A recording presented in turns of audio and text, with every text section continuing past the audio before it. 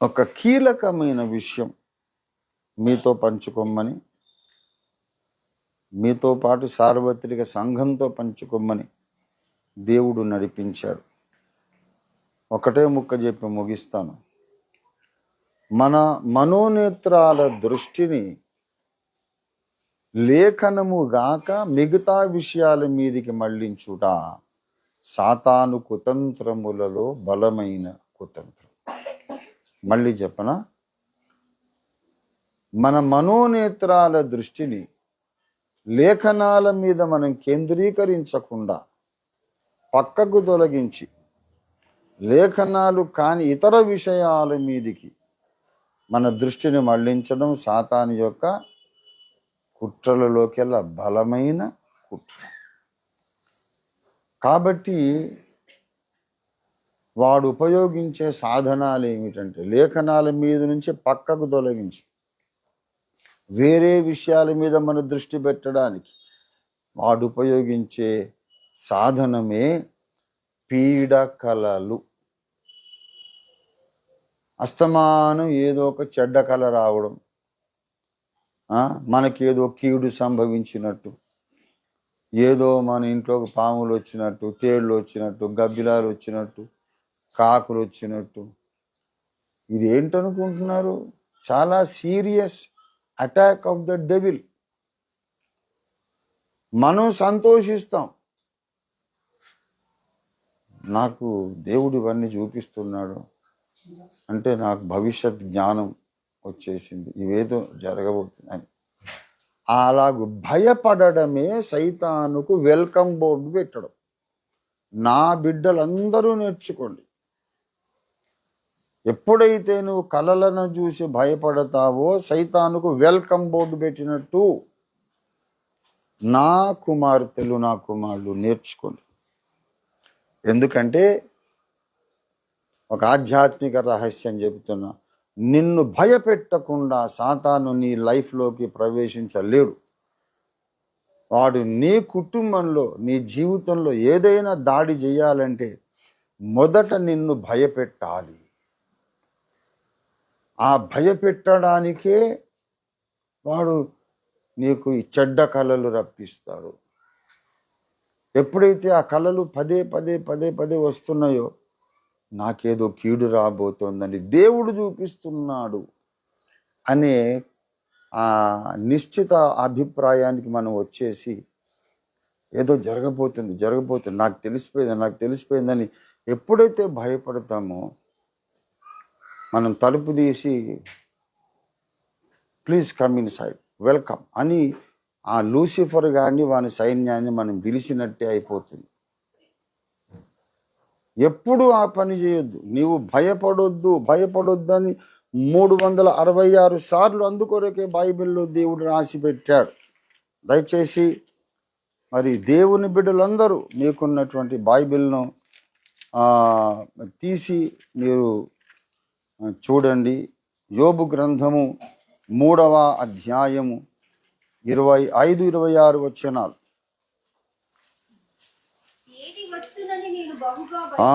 ఏది వచ్చునని నేను బహుగా భయపడితినో అదే నాకు సంభవించుచున్నది. నాకు భీతి పుట్టించున్నదియే అంటే దీన్ని రివర్స్ చదువుకోండి మీరు. ఏది సంభవించుచున్నదో దానిని గూర్చి మొదట నేను భయపడితిని. ఏది వచ్చునని నేను బహుగా భయపడితిను అదే నాకు ఇప్పుడు సంభవిస్తుంది. అంటే ఇప్పుడు సంభవించే దాని గురించి ముందే ఆయన భయపడ్డాడు. ఎందుకు భయపడ్డాడు? నేను ఎన్నోసార్లు ప్రశ్న వేశాను. యోబు గ్రంథంలో మనకు అర్థం కాని చిక్కుముడులు లాంటి ప్రశ్నలు చాలా ఉన్నాయి. దేవుని సన్నిధి నుండి పడద్రోయబడిన లూసిఫర్ దేవుని కుమారుల సభలో పోయి నిలబడడం ఏంటి? వాడిని చూసి దేవుడు వీడిని ఎవరు లోపలికి రానిచ్చాడు, గెట్ అవుట్, ఆ ద్వారపాలకుడు వాడిని డిస్మిస్ చేయండి అని అనాలి కదా. ఏదో పాత ఫ్రెండ్తో ముచ్చట పెట్టినట్టు ఏరా ఎక్కడి నుంచి వచ్చావని అంటున్నాడు. వాడు ఎక్కడి నుంచి వచ్చేది లోపలికి ఎందుకు వచ్చావరా అనాలి. ఎక్కడి నుంచి వచ్చావంట, అదేం పలకరింపు. సరే వాడు ఏదో చెప్పాడు, భూమి మీద అటు ఇటు తిరిగి వచ్చానులే ప్రభు. సరే వస్తే వచ్చావు, ముందు గెట్ అవుట్ అనాలి కదా. మళ్ళా దేవుడే విషయాన్ని కెలుకుతున్నాడు. నా సేవకుడకు యోబు సంగతి ఆలోచించు. ఎందుకు యోబు సంగతి ఎత్తాలి? యోబు సంగతి లూసిఫర్ ముందెత్తాలి, ఆ దేవుడు ముందెత్తాడు. ఎందుకో తెలుసా, చాలా మందికి తెలియని ఒక విషయం. విశ్వ న్యాయస్థానములో వీడెళ్ళి నిలబడగానే వీడిని పిలవాలి, ఒకానొక భక్త శ్రేష్ఠుని గురించి వీడితో నేను ముచ్చట మొదలు పెట్టాలనే ఒక న్యాయం ఉంది. ఆ లా ఏమిటంటే, మనుషులు దేనిని గూర్చి ఎక్కువ భయపడతారో అది వాళ్లకు వాస్తవ అనుభవముగా మారాలి. ఇది దేవుని విశ్వ చట్టం, విశ్వ న్యాయం. అందుకే భయపడొద్దురా 360 సార్లు చెప్పాడు. ఈ గాడిద కొడుకు వీడేం చేశాడంటే, యోబును బాగా భయపెట్టి దేవుని దగ్గర పోయి చిన్న దరఖాస్తు పెట్టాడు. అక్కడ భూమి మీద ఒకడు ఇట్లా చాలా భయపడుతున్నాడు, అది మరి అవన్నీ ఏమన్నా చేయాలి కదా అని పెట్టి, అందుకు దేవుడు యోబు సంగతి కెలికాడు. అది విషయం. దేవుడు కూడా ఒక రాజు, ఆయన ఒక మంత్రిమండలి ఉంది, శాసనాలు ఉన్నాయి, చట్టాలు ఉన్నాయి, లా అండ్ ఆర్డర్ డిపార్ట్మెంట్ ఉంది, అమలు చేసేటటువంటి అధికారులు ఉన్నారు. దాని ప్రకారం ఆయన దర్బారు నడిపిస్తారు. వీడు ఏం చేశాడంటే, యోబుకు ఊరికే పీడకలలతో ఊరికే బాగా భయపెట్టాడు. ఆయన అంటాడు, స్వప్నముల చేత నన్ను బెదిరించేదవు, భయపెట్టదు అని చెప్తాడు యోబు గ్రంథంలో. ఆయనకి ఎప్పుడు బ్యాడ్ డ్రీమ్స్ వచ్చేవి. ఎవరికి? యోబుకు. ఎప్పుడు కూడా 7 కొడుకులు, 3 కూతుళ్ళు, యవన ప్రాయానికి వచ్చిన వాళ్ళు పెళ్ళిడికి వచ్చారు. ఒక్కొక్క రోజు ఒక్కొక్క కొడుకింట్లో ఒక్కొక్క కూతురు దగ్గర మంచి విందు అన్నపానాలు తీసుకొని వాళ్ళు ఆనందిస్తుంటే చూసి యోబు ఒకసారి ఆయనకు తలంపు వచ్చింది.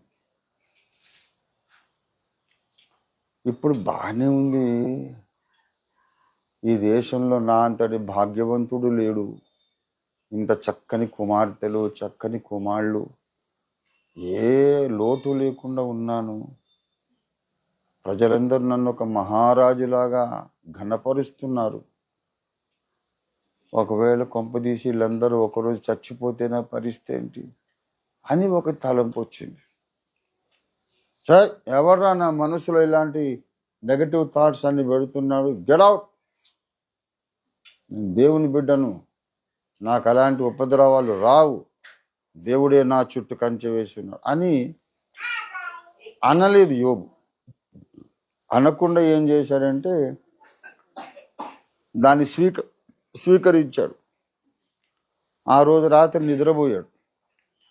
నిద్రపోతే ఇంటి ముందు 10 శవాలు ఉన్నాయి. కల ఉలికి పడలేసి కూర్చున్నాడు. బాబోయ్,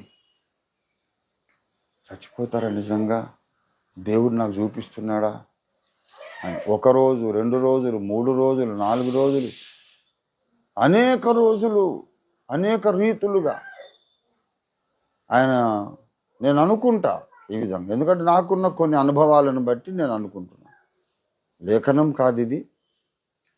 సడన్గా 7 కొడుకులు తలకాయలు నరికేసినట్టు ఒట్టి మొండాలు నిలబడ్డం, వాళ్ళ కూతుర్లు కూడా నవ్వుతుండగానే తలకాయలు ఎగిరిపోయి ఒక దగ్గర పడడం, ఇండ్లన్నీ కూలిపోవడం, మేడ మిద్దలు కూలిపోవడం, అలాగే పశు సంపద అంతా కూడా దోపిడీ కావడం. ఉలికిపడి లేచి కూర్చుంటాడు.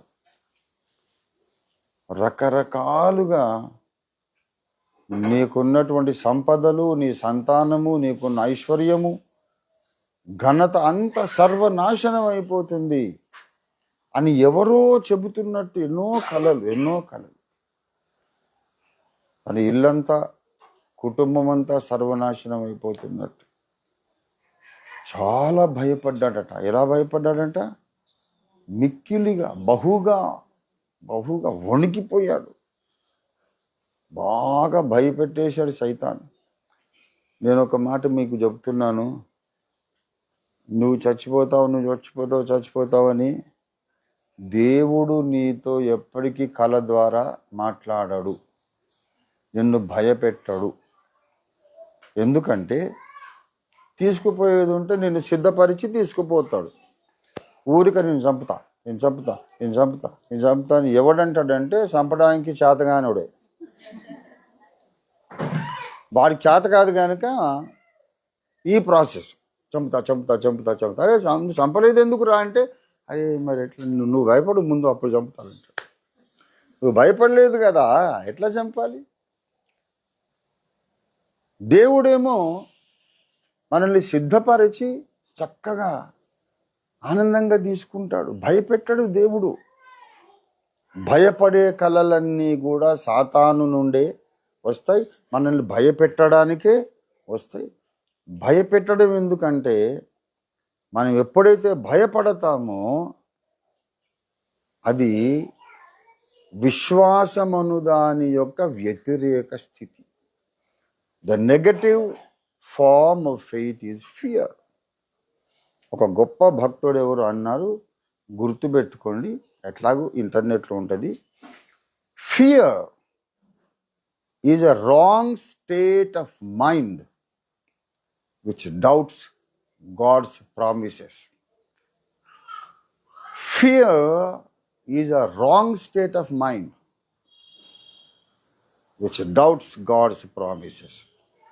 భయము అనేది అపసవ్యమైన ఒక మానసిక స్థితి.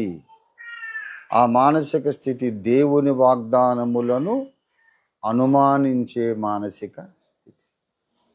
It's a wrong state of mind. In the right state of mind, you trust God's promises.